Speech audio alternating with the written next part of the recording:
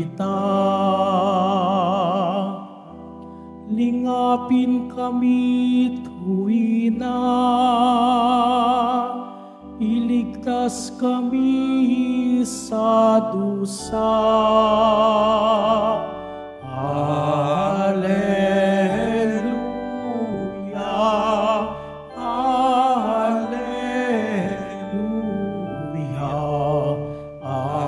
Alleluia, Alleluia.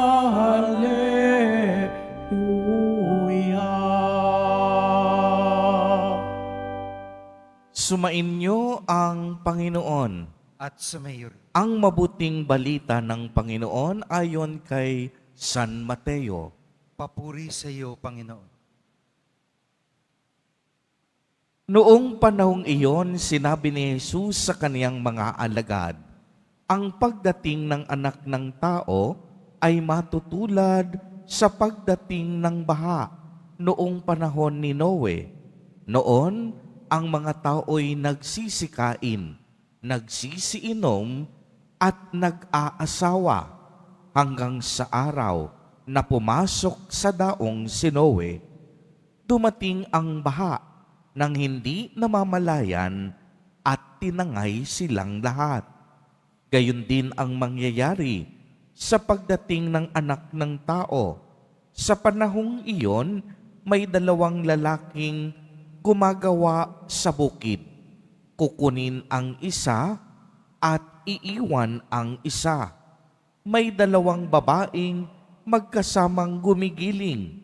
Kukunin ang isa at iiwan ang isa. Kaya magbantay kayo, sapagkat hindi ninyo alam kung anong araw paririto ang inyong Panginoon. Tandaan ninyo ito, kung alam lamang ng puno ng sambahayan kung anong oras ng gabi darating ang magnanakaw, siya'y magbabantay at hindi niya pababayaang pasukin ang kaniyang bahay. Kaya maging handa kayong lagi, sapagkat darating ang anak ng tao sa oras na hindi ninyo inaasahan. Ang mabuting balita ng Panginoon. Pinupuri ka namin, Panginoong Hesukristo. Siupo mo na, Panginoon. Magandang umaga po sa inyong lahat, mga kapatid kay Kristo. Sa lahat po ng ating mga taga-subaybay sa iba't ibang online platforms at sa lahat ng ating mga kadiboto sa iba't ibang panig ng Pilipinas at maging sa buong mundo kung saan tayo ay naaabot ngayon ng ating live streaming. Mapayapang umaga din po sa inyong lahat. Purihin at dakilain natin ang ating Panginoon, ang mahal na poong Jesus Nazareno. Mga kapatid kay Kristo at mga kadiboto, malugod po namin kayong tinatanggap sa Basilica Minor at Pambansang Dambana ni Jesus Nazareno. Sa araw pong ito ay binubuksan natin ang unang araw sa liturhikal na kalendaryo ng ating simbahan sa pagsisimula ng panahon ng pagdating ng Panginoon o yung tinatawag nating Adbyento, sa wikang Ingles, Advent. So ibig sabihin, sa ating liturgical calendar, pumapasok tayo sa bagong cycle sa pamamagitan ng pagsisimula sa unang linggo ng Adbyento. At ang Adbyento po ay ang panahon ng pagdating. Pinaghahandaan natin ang panahon ng Kapaskuhan. Inaalala natin ang unang pagdating ni Jesus Nazareno, ang ating manunubos sa kasaysayan ng tao. At hindi lang tayo basta nag-aalala kung hindi tayo ay nananabik din para sa kaniyang muling pagbabalik o yung ikalawang pagdating ni Jesus Nazareno na binanggit sa ating ebanghelyo na hindi natin alam ang eksaktong oras at eksaktong panahon ng kaniyang muling pagbabalik. At alam natin na habang tayo ay nananabik sa kaniyang pagbabalik, inaalala na din natin ang unang pagkakataon na siya ay pumasok sa ating kasaysayan. At yan ay ang panahon ng Kapaskuhan. Kaya nga, ang araw na ito ay napakahalaga sa ating lahat. Hindi ito simpleng araw. Hindi ito ordinaryong araw.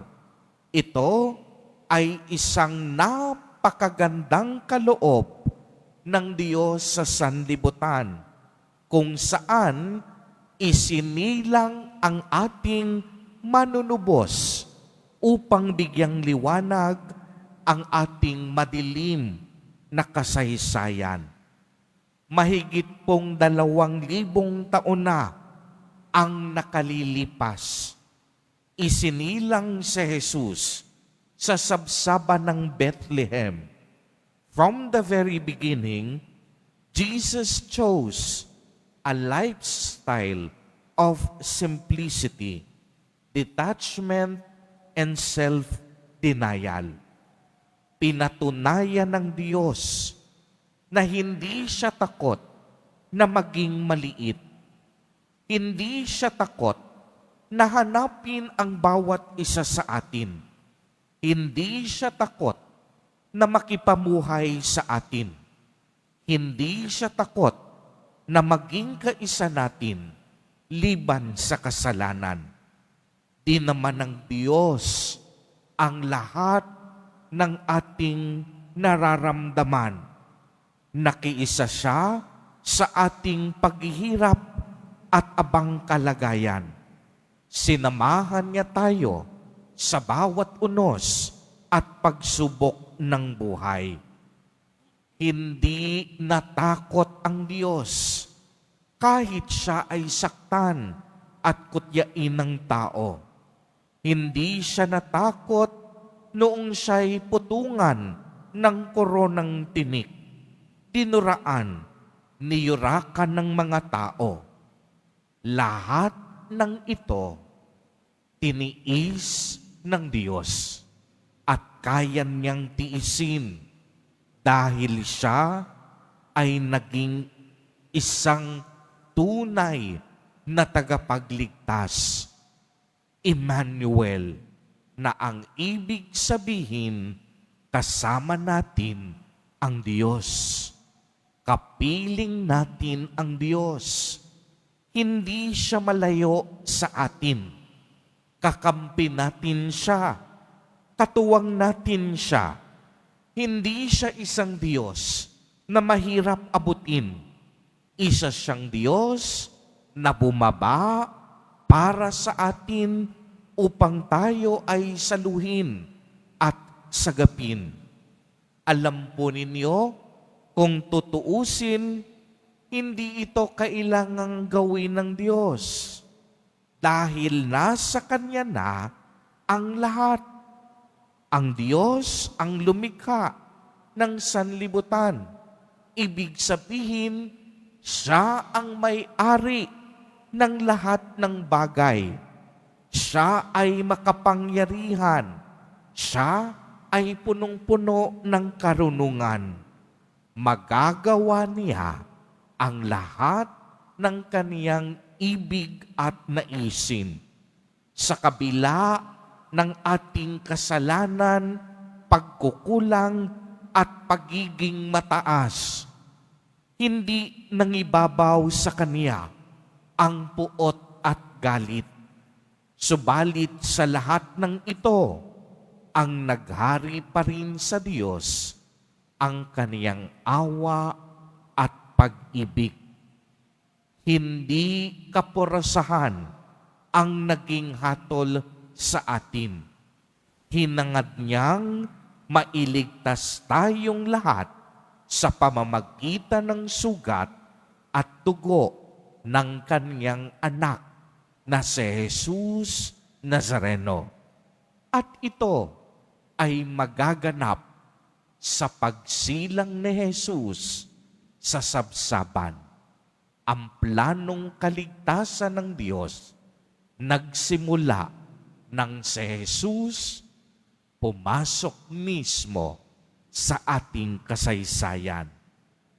Mga kapatid kay Kristo, patuloy tayong inaanyayahan, maging handa at maging mapagmatiyag, sapagkat ang pagdating o pagbabalik muli ni Jesus Nazareno ay hindi lang isang ordinaryong pagdating.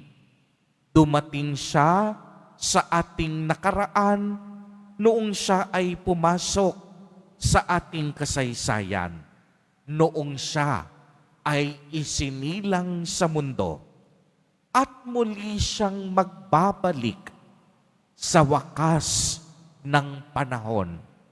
Ang parusiya, ang dakilang paghuhukom, at higit sa lahat, si Jesus Nazareno na muling magbabalik upang ihatid sa atin ang tunay na kapayapaan, kaligtasan, at katarungan sa buong sanlibutan. At huwag nating kakalimutan kung si Jesus Nazareno, nagdaan 2,000 taon na ang nakalilipas at siya ay magbabalik sa wakas ng panahon. Si Jesus Nazareno, dumarating din sa araw-araw ng ating buhay sa pamamagitan ng kaniyang mga salita, sa pamamagitan ng sakramento, at sa pamamagitan ng araw-araw nating karanasan sa buhay. Naway ang panahon ng Adbyento ay magsilbing tanglaw sa atin tungo sa tunay na pagbabalik loob at lubusan nating pagsuko sa kapangyarihan at awa ng Poong May Kapal. Amen. Purihin at dakilain natin ang ating Panginoon, ang mahal na Poong Jesus Nazareno. Tumayo po ang lahat at ating ipahayag ang ating pananampalataya. Sumasampalataya ako Sa Diyos, amang makapangyarihan sa lahat, na may gawa ng langit at lupa.